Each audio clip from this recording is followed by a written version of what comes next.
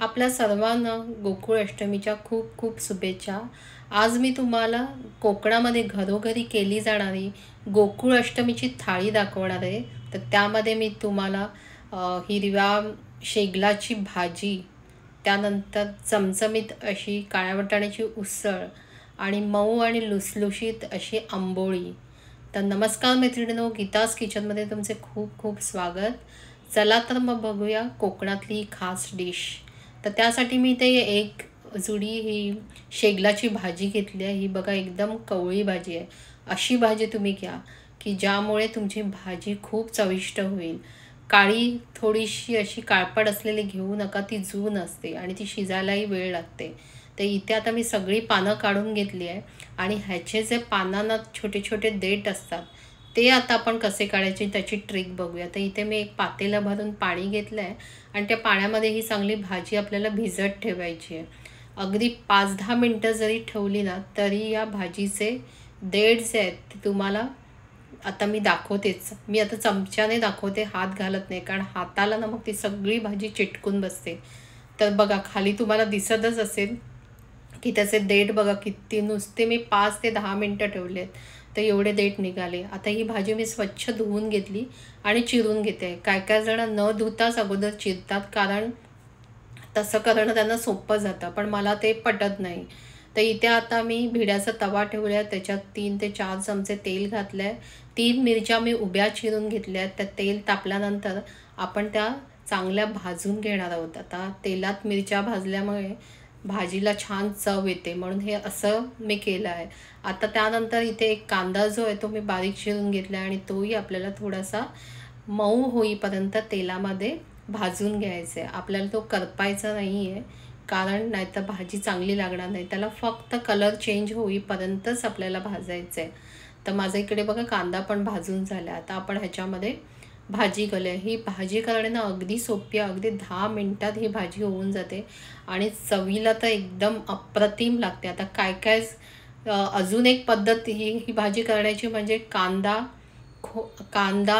त्याच्यानंतर मिरची आणि ही भाजी मिक्स करून ठेवतात आणि त्यानंतर ती थोडीशी वाफवतात आणि मग त्याच्यावर वाफल्यानंतर त्याच्यावर शेवटी मीठ आणि खोबरेल तेल आणि खोबरं घालतात आणि तीही भाजी खूप सुंदर लागते। आता बघा थोडीशी परतल्यानंतर ती थोडीशी आवळली। आता अजून आपण थोडा वेळ ती भाजी आहे ना 2 मिनटं वाफवून घ्यायची। बघा लगेच झाली, का तर माझी भाजी खूप कवळी होती। म्हणूनच तुम्ही अशी कवळी भाजी घेताना कवळी घ्या, म्हणजे ती पटकन शिजते, अगदी 10 मिनटात होऊन जाते। आता आपण ह्याच्यात चवीनुसार मीठ घालणार आहोत, कारण मीठ हे आपल्याला पालेभाजीला सांभाळूनच घालायचं आहे। जास्त झाली तर ती खारट होऊन जाईल आणि थोडं मीठ घातल्यानंतर आपण पुन्हा एकदा त्याला ढवळून घेऊया आणि त्याच्यानंतर आपण जे ओलं खोबरं आहे ते घालायचं आहे। आता इथे मालवणी लोक ओलं खोबऱ्याचं जी पालेभाजी असते त्याच्यामध्ये भरपूर प्रमाणात ओलं खोबरं घालतात, पण या भाजीला थोडंसं ओलं खोबरं खूप छान लागतं, भाजी खूप छान होते। तर तुम्हाला जर खोबऱ्याचं घालायचं नसेल तर तुम्ही दाण्याचा कूट घाला। आता मी इथे हे जे काळे वाटाणे ते आदल्या दिवशी अर्धा कप घेतले होते आणि ते पाण्यात भिजत घातले आहे आणि हे काळे वाटाणे ना शिजायला वेळ लागतो, त्यासाठी मी ह्याच्यामध्ये पाव चमचा खायचा जो सोडा असतो तो घातला आहे आणि अर्धा चमचा मी मीठ घालून हे असंच रात्रभर भिजत ठेवणार आणि दुसऱ्या दिवशी आपण ते शिजवून घेणार आहोत। तर इथे आता मी हे भिजत इथे आदल्या दिवशी मी करून घेतलेले आणि आता बघा दुसऱ्या दिवशी चांगले टम्म फुगले आहेत। तर आपण हे आता कुकरला लावूया तोपर्यंत आणि जवळजवळ 5 ते 6 शिट्ट्या करून घेऊया आणि तोपर्यंत आपण इथे त्याला जे वाटप लागतं उसळ करायला काळ्या वाटाण्याची ते करून घेऊया।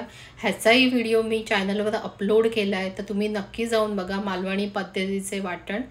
तर इथे मी आता एक कांदा उभा चिरून घेतला आहे, 5-6 लसूण पाकळ्या, अर्धा इंच आलं, हे सगळं आपल्याला लाल करून घ्यायचं आहे आणि त्याच्यानंतर ह्या जे कातळ्या आहेत त्या मी जवळजवळ पाव कप घेतल्या आहेत, त्याही आपल्याला छान परतून भाजून घ्यायच्या आहे। त्या लाल झाल्या की त्याच्यामध्ये आपण हे जे ओलं खोबरं घेतलं आहे ते जवळजवळ अर्धा कप ओलं खोबरं आहे, तेही आपण चांगलं भाजून घेऊया। आता हे छान लाल करून घ्यायचं आहे आपल्याला, लाल करूनच घेतलं तर आपल्या उसळीला छान चव येते आणि त्याच्यामध्ये थोडीशी आता मी कोथिंबीर घालणार आहे, तीही चांगली आपण भाजून घ्यायची आहे। आणि भाजून झाल्यानंतर हे सगळं लाल झालं की काढून घेऊन आपण मग गरम मसाले भाजून घेणार. आता इथे बघा माझं हे चांगलं लाल झालं आहे, तर मी हे आता ताटात काढून घेते आणि त्याच्यानंतर ह्याच्यामध्ये जे गरम मसाले घालायचे, मी एक चक्री फूल घातलं आहे, तर एक दालचिनीची काडी घातली आहे, त्याच्यानंतर अर्धा चमचा काळी मिरी घेतली आहे, थोडंसं आपण इथे जायपत्री घेणार आहोत आणि 4 लवंगा घेतल्या आहेत, तसंच अर्धा चमचा मी बडीशेप आणि 1 चमचा मी धणे घेणार आहे.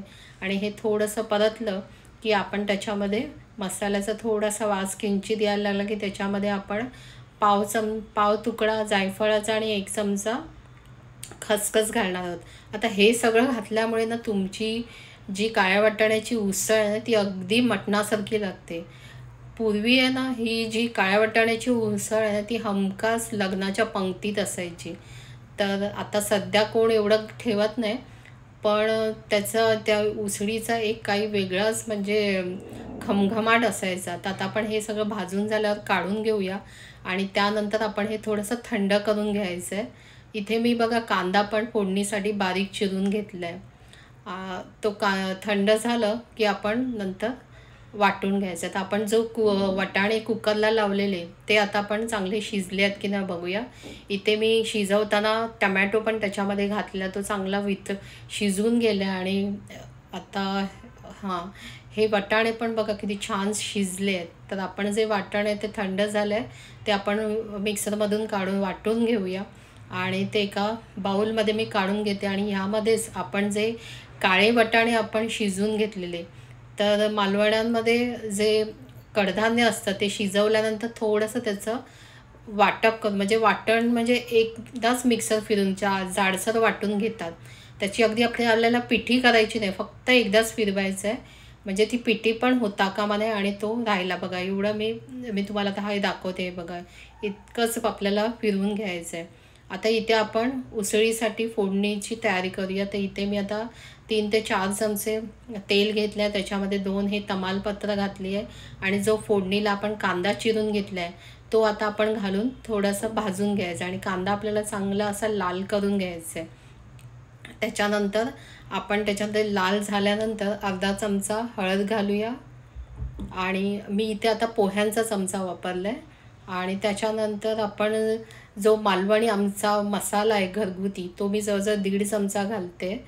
तो थोडासा परतून घेऊया आणि तसंच ह्या आमटीला चांगला असा लाल चांगला कलर येण्यासाठी मी काश्मीरी मिरची पावडर अर्धा चमचा घातली आहे. आणि थोडंसं परतलं की आपण त्याच्यामध्ये काळे वाटाणे हे घालून घेऊया. तसंच आपण जे वाटाणे थोडेसे मिक्सरला लावून घेतले तेही ह्याच्यात घालून घेऊया आणि त्यानंतर आपण त्याच्यात वाटण घालणार आहोत. म्हणजे आपल्याला जेवढी आपली जी उसळ आहे काळ्या वाटाण्याची घट्ट पातळ पाहिजे त्याप्रमाणे आपण त्याच्यामध्ये वाटण मिक्स करायचं आहे. तर आता हे थोडंसं हलवून घेते मी आणि त्याच्यामध्ये जवळजवळ आपले तर बघा ही थोडी जाड दिसते, तर मी त्याच्यामध्ये 2 हे बाऊल आपलं वाटण घालते आणि ते थोडं मिक्स केल्यानंतर त्याचं आपल्याला जसं आपल्याला घट्ट पातळ हवं तसं आपण ह्याच्यामध्ये पाणी घालणार आहोत. तर आता हे थोडंसं मला खूप घट्ट वाटतं, उकळल्यानंतर अजून घट्ट होईल, तर मिक्सरमधून पाणी घालून तेही घातलं आणि थोडंसं अजून पाणी घालते आणि ह्याला आपण ह्याच्यामध्ये अजून चव वाढवण्यासाठी 2 तुकडे मी कोकमाचे घातले आहेत. तसंच आपल्याला ही आमटी थोडीशी आमटी नाही, उसळ थोडी चाकून बघायची आहे. आणि कारण जेव्हा मी कुकरला लावलेलं तेव्हाही मीठ घातलं होतं आणि आता मी थोडंसं मीठ कमी वाटतं म्हणून मी मीठ घालून घेतलं आहे आणि ह्याला छान अशी खळखळून उकळी आणली आहे. तर बघा त्याचा कलर किती वेगळा चेंज झाला आणि मस्त कलर आला आहे. आणि ह्याला अजून टेम्पटिंग कलर आणि अजून टेम्पटिंग होण्यासाठी आपली जी उसळ आहे ती मी 2 चमचे तेलामध्ये थोडीसा अर्धा चमचा काश्मीरी मिरची पावडर गरम करून टाकली आणि त्याला वरून फोडणी दिली. त्यामुळे ही ह्या आमटीला खूप चव छान आली आहे. तुम्ही ही ट्रिक नक्की वापरून बघा आणि मला कमेंट्स करून सांगायला मात्र विसरू नका तुमची आमटी ह्या ट्रिकमुळे कशी झालेली.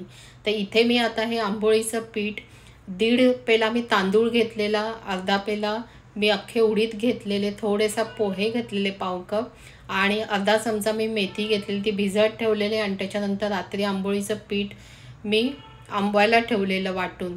तर आता बघा ती छान पीठ आलं. इथे माझा भिड्याचा तवा पण छान तापला आहे, तर मी थोडंसं त्याच्यावर पाण्याचा हपका मारते आणि थंड करून घेते. त्यानंतर आपल्याला ह्याच्यामध्ये जी आंबोळी काढायची ती थोडीशी जाडसर करायची, कारण कोकणामध्ये अशी जाड आंबोळी काढली जाते. तर छानपैकी बघा घालता क्षणीच त्याला असे बुडबुडे असे होल व्हायला, याचा अर्थ आपलं पीठ छान आलेलं आहे. तर आपण आता त्याच्यावर 2 मिनटं झाकण ठेवूया. आणि बघा किती जाळी त्याला छान सुटलेली. तर ह्याच्यावर मी आता तूप लावून घेणार आहे. तुपामुळे आंबोळीची चव अजून वाढते. तुम्ही नक्की ट्राय करा, तूप लावून आंबोळी खा, बघा तुम्हाला अजून छान आवडेल ती. आणि मी उलटून घेतली आहे आंबोळी आणि त्याच्यावर पुन्हा एकदा तेल लावणार, अशा प्रकारे तूप लावणार आहे. अशा प्रकारे आपली ही मऊ लुसलुशीत आंबोळी तयार झाली आहे. तर मैत्रिणींनो, या अष्टमीला तुम्ही नक्की ही आमची कोकणी नैवेद्याची थाळी तयार करून बघा आणि कशी झाली ती कमेंट्स करून सांगायला मात्र विसरू नका. आणि हो, माझ्या व्हिडिओला लाईक, शेअर आणि सबस्क्राईब मात्र करा. सोबत मित्रमैत्रिणींनाही शेअर करा. आणि मी अजून एक गोष्ट म्हणजे मी काही छोट्या छोट्या टिप्स देते, ते मला कधी कधी व्हिडिओमध्ये सगळ्यात सांगायला वेळ नसतो. त्यामुळे मी डिस्क्रिप्शनमध्ये खाली देते आहे, ते जाऊन नक्की पहा. आणि मी जे वाटप केलं होतं मालवणी त्याचंही मी लिंक खाली देते, तर ते जाऊन नक्की पहा.